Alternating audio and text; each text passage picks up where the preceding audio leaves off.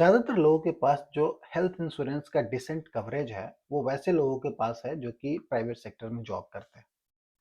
वहाँ पे लोग अलग-अलग रीजन से जॉब चेंज करते हैं, कंपनी ए से कंपनी बी में जाते हैं। कई बार उसमें जो गैप होता है वो 1 सप्ताह का होता है, 2 सप्ताह का होता है, कई बार वो गैप 1 या 2 महीने का भी होता है।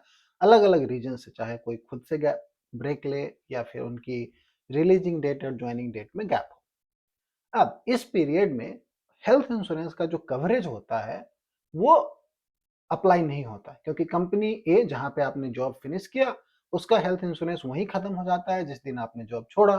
कंपनी बी जहाँ आप जॉइन करने वाले हैं, वहाँ पे हेल्थ इंश्योरेंस स्टार्ट तब होगा जिस दिन आप जॉइन करेंगे।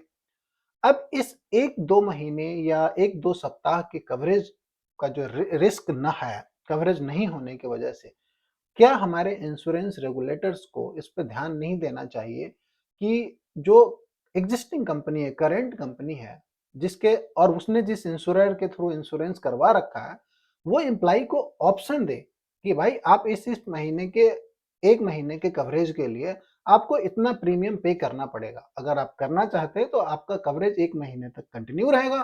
फिर आप जब दूसरी कंपनी जॉइन कर लेंगे, जो भी टाइम फ्रेम है, तो आप अपना कवरेज डिसकंटिन्यू कर सकते हैं।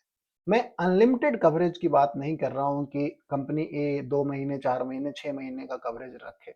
लेकिन एक डि अमाउंट, एक टाइम फ्रेम लाइक 1 सप्ताह, 2 सप्ताह या 1 महीना कुछ भी फिक्स हो, ताकि जॉब स्विच करने वाला इस बात के लिए वरी नहीं करे कि मेरा insurance coverage, health insurance coverage नहीं है, जस्ट बिकॉज़ मैं एक गैप ले रहा हूँ या गैप हो रहा है मेरे रिलीज़ डेट और स्टार्ट डेट के बीच में।